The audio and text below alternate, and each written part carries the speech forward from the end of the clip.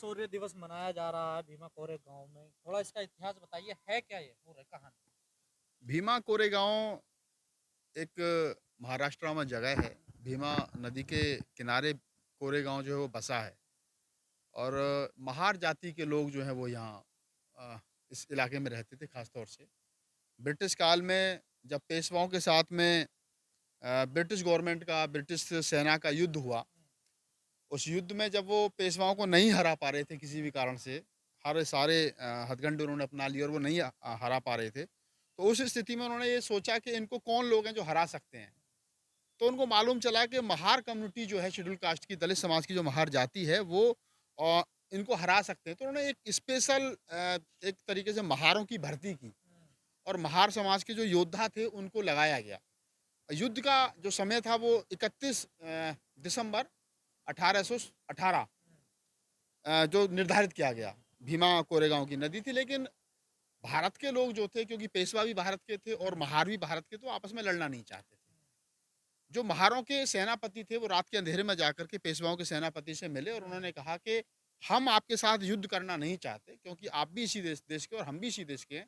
आप जो इस देश के अंदर मान सम्मान आम आदमी को मिलता है, आम आदमी को पढ़ने का अधिकार है, लिखने का अधिकार है, रोड पर चलने का अधिकार है, कुएं से पानी पीने का अधिकार है, अगर वो मान सम्मान आप हमें दें तो हम आपके खिलाफ लड़ने से ब्रिटिश गवर्नमेंट से मना कर देंगे कि हम नहीं लड़ेंगे इनसे, क्योंकि हमारे देश के लोग हैं।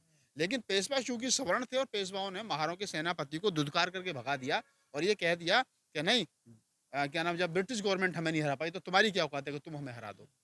आखिरकार युद्ध हुआ और युद्ध जो है वो 31 दिसंबर 1817 की रात को शुरू हुआ और 1 जनवरी 1818 को समाप्त हुआ, यानी रात रात का युद्ध हुआ।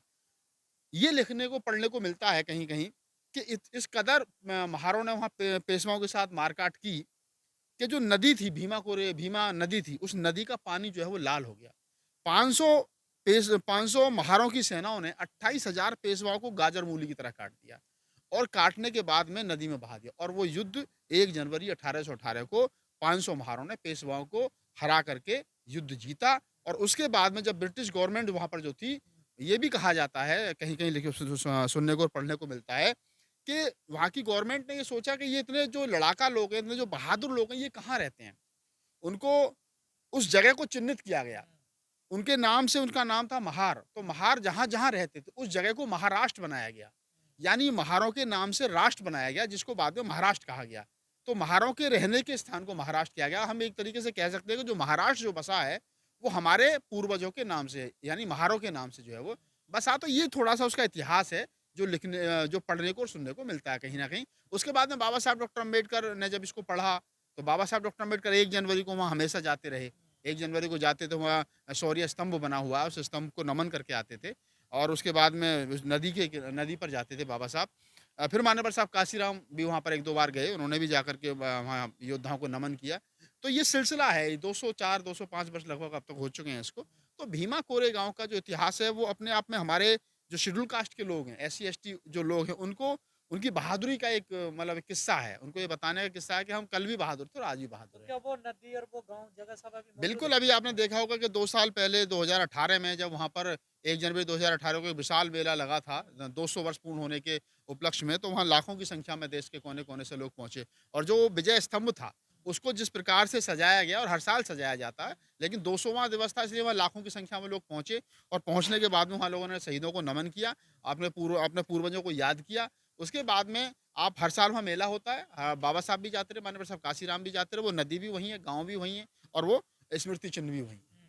जब महारों को इतने वर्ण व्यवस्था के अनुसार इतने नीचे पायदान पे रखा गया जी। और वो लड़ने के लिए तैयार कैसे हो? क्या अंग्रेजों ने ट्रेनिंग दी थी या क्या उनके लिए नहीं, क्या था? हमारे लोग तो ऑलरेडी लड़ाका हैं। हम तो भई महार जो है मतलब वो मनोबल से तो उन्हें माने तोड़ा गया नहीं। मनोबल से तो तोड़ा गया, लेकिन अंदर तो आग थी, अंदर तो चिंगारी थी ना ऑलरेडी।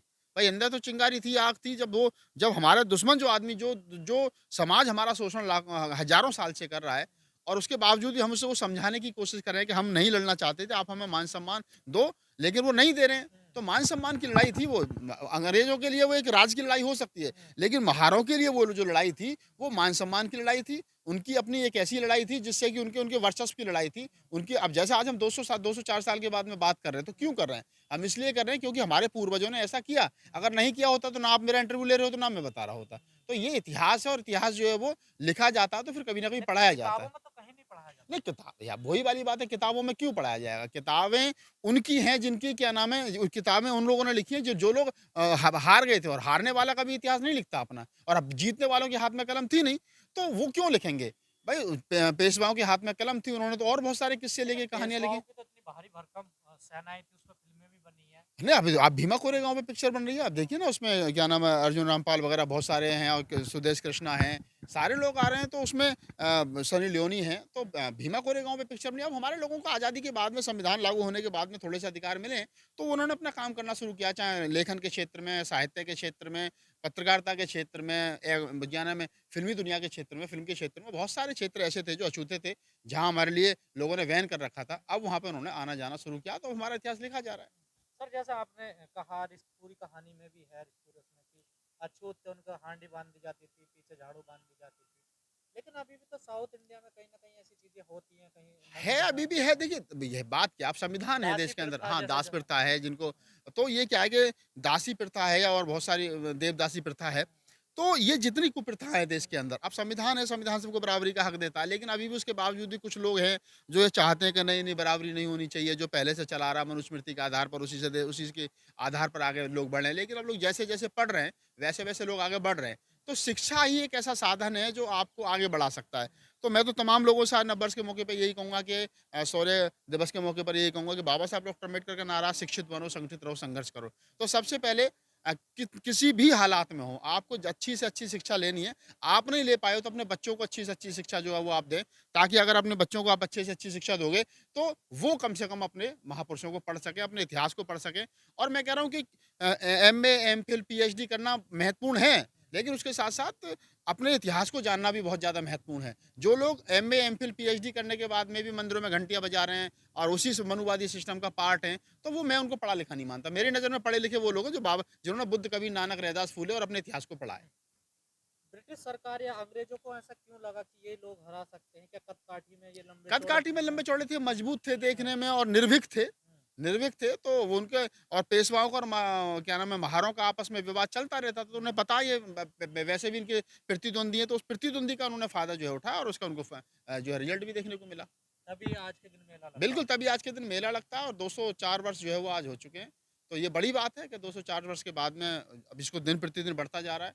200 वर्ष से पहले, शायद 2018 से पहले किसी को मालूम नहीं था उत्तर भारत में, लेकिन आज उत्तर भारत में आप किसी भी अम्बेडकरवादी से पूछ लीजिए कि भीमा कोरेगाँव क्या है, तो वो पूरी आपको बात बताएगा। खबरें तो नहीं चलती इतना नहीं, तो आपको खबरें नहीं चलती वो अकाल का मैटर है, क्योंकि खबरें चलाने वाले लोग वही हैं, देखने वाले लोग वही हैं। आप सच को आप ज़्यादा दिन तक तो नहीं दबा सकते ना। सच तो कभी ना कभी निकल कर के आएगा। अब 204 साल हो गए, 204 साल के बावजूद भी भीमा कोरेगाँव हो गया, बच्चे-बच्चे की ज़बान पर है। 10 साल पहले किसी की ज़बान पर नहीं था।